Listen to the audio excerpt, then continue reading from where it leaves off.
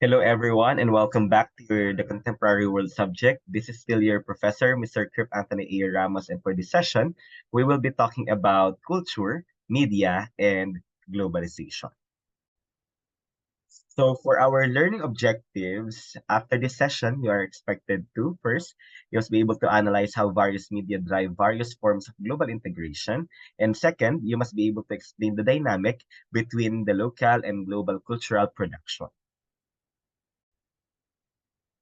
But before we start discussing this session or this lesson, we will have an activity. So this will be called as Sinech Ite. So what you will be doing is that you will be guessing the famous global media personalities that will be projected in your screen, and you are asked to tell something about them. So all you have to do is, of course, to comment your description for that global media personality. Okay?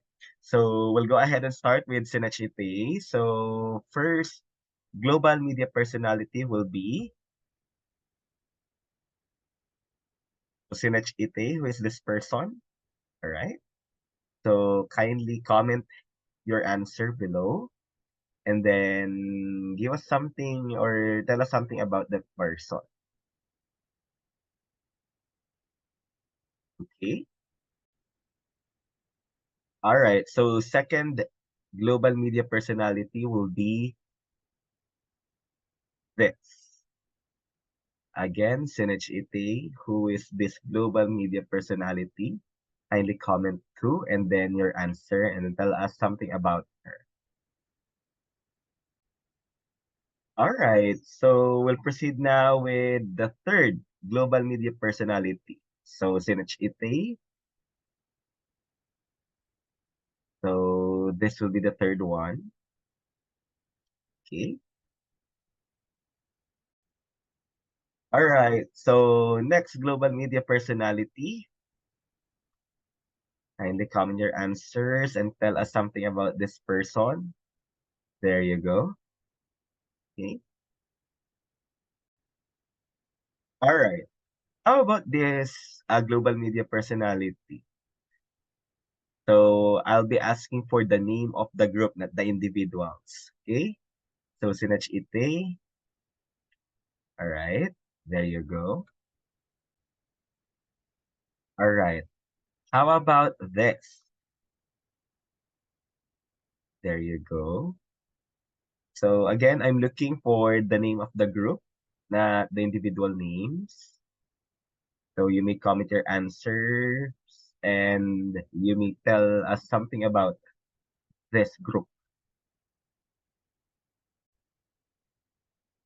And of course, how about this global media personality? So I'm looking for two names for for for this number. Okay. All right. So there you go. All right. So I hope that you were able to answer all of the famous global media personalities, and I'm looking for the right names. I hope you were able to get all of those names correctly. All right. So why am I asking the names for that persons? No. So syempre, if you will be looking or if you will be analyzing all of the persons na nakita ninyo coming from our activity is actually hindi sila matatagpuan dito sa Pilipinas. But I'm quite sure na kilala niya sila. So paano siya naging possible? It is simply because of what we call as the mass media. So let's define what is a mass media or what is the mass media. Mass media refers to different forms of technology that is being used in transmitting messages, ideas, and opinions to a large and diverse group of people from different places. So, as you can see, kahit nga halimbawa, kagaya ng binabanggit natin kanina, no? Merong galing ng Amerika, merong galing ng South Korea, merong galing ng Thailand, merong galing ng India. But even though that they are not here, you are aware of their names simply because of mass media. Because again, mass media, it can transmit messages, ideas, and even opinions sa lahat at napakalawak ng mga tao nasaan ka man, no? Or saan parte ka man ng mundo na papabilang. Okay? And today, of course, mass media can be categorized into two. So namely, that will be your traditional and your new media. So let's discuss this one by one. Once we say that a certain platform belongs to the traditional media, no, traditional media refers to the conventional means of mass communication. So commonly, these are your advertisements, your newspapers, your magazines, your radio, your television, your billboards, and even films, no? So nung time pala na natuto ang mga tao na makipag-communicate at makipag-usap sa isa't isa, no, dito nagsimula actually yung tinatawag natin traditional media. So as a general rule, everyone, if we're talking about traditional media, this is commonly a one-directional form of communication or a one-way form of communication. So what does one-way form of communication mean? So of course, when you say one-way form of communication, a sender, no, who carries the message, no, that person will be able to transmit a message to the receiver. So however, if it's a one-way form of communication, hindi po makakapagpadala ng real-time feedback ito pong si receiver. Okay? So again, as a general rule, one directional po ang karaniwan na form ng traditional media. However, siyempre meron tayong exemption to the rule at ang exemption sa rule natin diyan ay tinatawag natin na Telegram and telephone, okay? Because this platforms can actually have two-way form, no, na tinatawag po natin. Okay? So again, that is your traditional media. On the other hand, if we are dealing with the new media, so this means of mass communication are reliant on or use computer technology as its platform. No? So this commonly, these are in the forms of blogs, your social media, your email, websites, and even chat rooms. Kahit itong ginagawa natin ano, dito sa inyong panonood sa YouTube account and sa YouTube channel, this is actually a form of new media. Yung pakikipag-usap ninyo, pakikipag-video call ninyo in ano no, in Messenger, that will actually fall under your new media. So also, it has been said that new media allows individuals involved in a communicative process in which feedback to each other's opinions, information, or messages in real time is actually evident, ano? And of course, paano daw natin 'to nagagawa? It is through the use of your mobile phones, your chat rooms, your social media, and even the like. Okay, so that is your new media.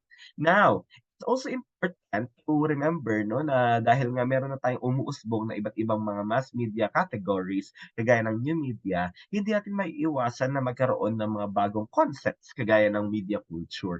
So if you will be asking Johnson mentioned that media culture is a socio-cultural condition wherein commodities and media texts are important for the establishment and expression of cultural identity. Ano ibig sabihin nito? So according to Johnson, of course, no, whenever we're dealing with our postings, no, sa halimbawa sa social media, sa Facebook, sa Twitter, or should we call it X, no? So and even sa ating Instagram, it is important na isipin natin yung mga bagay na magiging repercussion nito or resulta nito. It's simply because it will create and it will form part a ano po no, a cultural identity. Kapag hindi maayos ang iyong pino-post diyan, most likely, no, you will be judged or your cultural identity will be judged by this. Okay? And of course, media culture refers to societies predominantly influenced by Western capitalist culture through your mass media. And according to Lul, everyone, there are 5 time periods actually being proposed. So the first one will be what we call as your oral communication. When you say oral communication, this is your oldest of all media in humanity's history. Siyempre, no, if you will be going back with the numbers, sabi po dyan, it has been said no, na itong ating oral communication has been with mankind for at least 200,000 years ago compared to your script na meron tayong 7,000 years, to your print na meron tayong 600 years, and of course, yung ating digital technology, this is less than 50 years. Okay? So in time, it's been said that speech would develop into language which will enable Homo sapiens to communicate, setting them apart from other species, allowing them to cover and conquer the world. Pero of course, hindi natatapos ang ating ano no, ang ating pong mass media in what we call as your oral communication because another form no ay umusbong. Ito yung tatawag natin na script. And script is your earliest form of writing in which it allowed humans to communicate and share knowledge, ideas, and information over longer periods of time and across vaster spaces compared to oral communication. Kasi nga, syempre, once that you're dealing with oral communication, no, syempre, mapapagod din magsalita, mapapagod magkuwento. At pagdating ng araw, whether we like it or not, the persons na mga nauna siyempre ay mamamatay. And with that being said, they will not be able to communicate it. But with the script, of course, na naisulat na nila kung ano ba yung kailangan po nilang malaman or kailangan po nilang ma-transmit. Pero natapos po ba tayo sa script? The answer will be, of course not. So, umusbo ang tinatawag natin na printing press in which yung dating expensive, 'no, na mga isinulat or yung mga script na tinatawag ay mas naging affordable daw po and mas nag-easily circulate kasi ipini-print na po at hindi na po isinusulat. Of course, hindi pa tayo magtatapos diyan, 'no, meron din tayong tinatawag na electronic media, 'no. So, your electronic media refers to your technologies requiring electromagnetic energy. In other words, this is your electricity. Examples of which will be your telephone, your telegraph, your radio, your television, your film, and of course the like, no? So again, once we're talking about your electronic media, this will use your electromagnetic energy. Other term for that will be your electricity. And of course, hindi natapos sa electronic media ang yung mass media ng mga tao. Kaya nga ngayon, we are already on the digital age, no, yung digital media na tawag natin.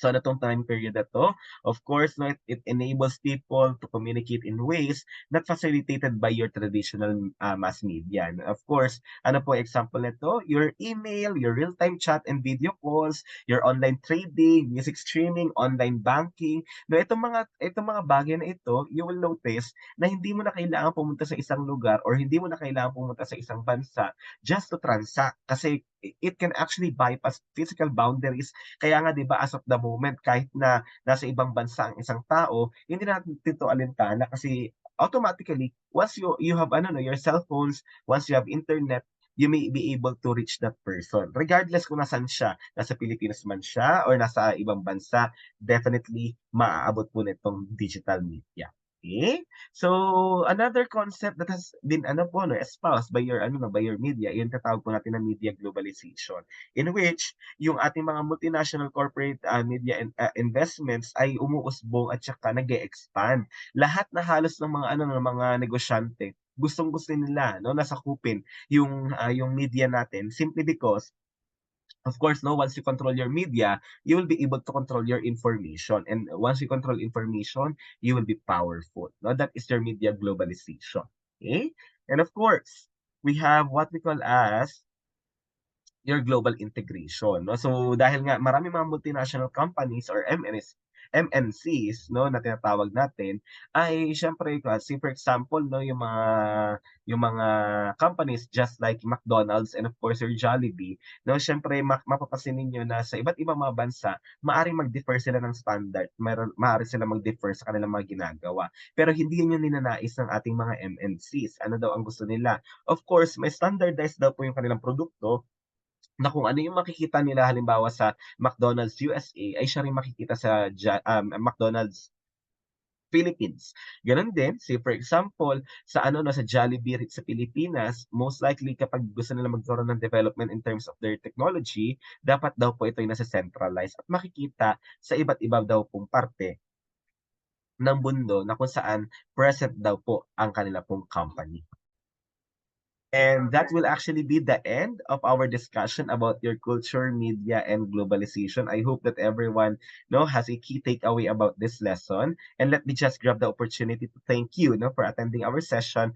And I hope to see you all on the succeeding ones.